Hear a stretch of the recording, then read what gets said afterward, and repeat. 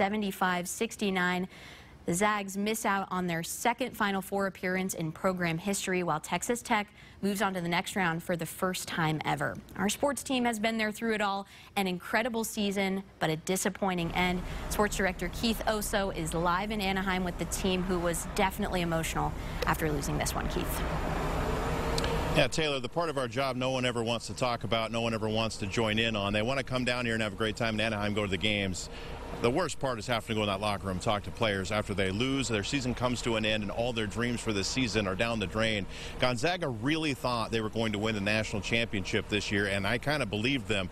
I did too. This team was loaded. They were ready to go, and Texas Tech in the second half today, absolutely stifling on defense. 16 turnovers for the Zags today.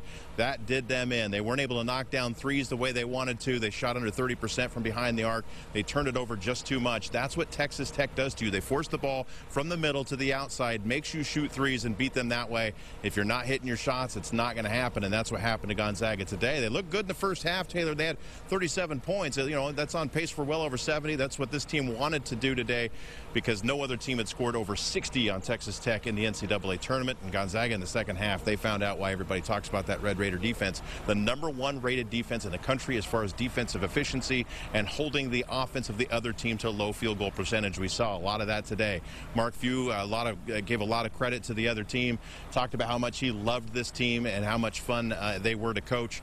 And they're going to lose some guys now. You're talking about Josh Perkins playing his last game, Rui Hachimura more than likely playing his last game, Brandon Clark more than likely playing his last game, Gino Crandall playing his last game. This is going to be a big rebuild for Gonzaga coming up next year if all of those guys leave, 2 of them to the NBA. And we don't know if Killian Tilly may test the waters again in the NBA. That might be 5. So a devastating loss here today. Don't forget to follow Alyssa Charleston and I on social media. We are putting as much sound up there as we can for you tonight, because she just got out of the locker room. We've got you covered as far as trying to hear from the team themselves, hearing from Coach. That'll all be on our social media tonight. But just a season ender. That's what this NCAA tournament makes it so great. Like, one team wins it, everybody else ends feeling like Gonzaga does today. They ended on a loss, and the Zags come up a game short, probably about 20 minutes short of going to Minneapolis. Taylor.